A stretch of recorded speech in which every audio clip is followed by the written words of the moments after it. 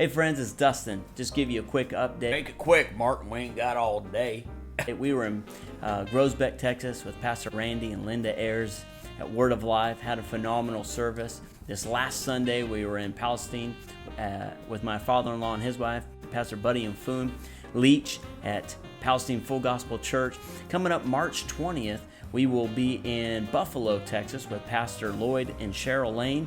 We are excited about that service at Miracle Christian Center, and we know that God's going to do great things. So if you're in the area, we'd love to see you. Come up and be with us in that service.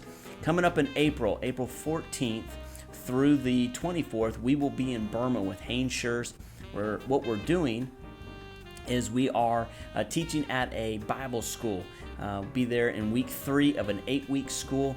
Be teaching on the subjects of prayer, righteousness, authority of the believer, building up local ministers and pastors of that area so they can take that word back to their people and encourage them.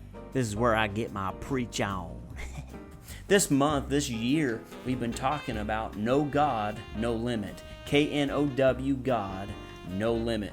And so I understand and I believe that as we get a revelation of the love that God has for us that has been shed abroad in our hearts by the Holy Spirit, and we start living by that love, we will step into a place of no limit.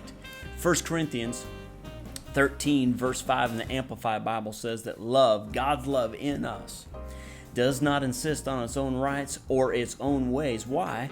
Because it is not self-seeking. See, self is something when it is focused, there is a demand for limit. Because where there is a focus of self, there will always be ruin. You know, when Jesus was in the Garden of Gethsemane, he says he was sweating great drops of blood. Why? Because there was pressure upon him to become self-focused and to carry out what self desired to do, which was to get out of there.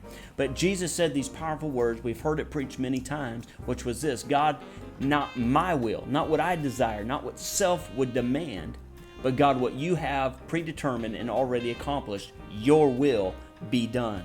The Bible tells us in 1 John chapter 2, verse 17, that he that does the will of God abides forever. You could say this, that whatever God does has permanency. It has no limit. There are no boundaries to what God wills for our lives. We love you guys. Thank you so much for your support and your prayers. And with Martin Ministries International, we are truly touching lives and making a difference. We'll talk to you soon. Have a great month.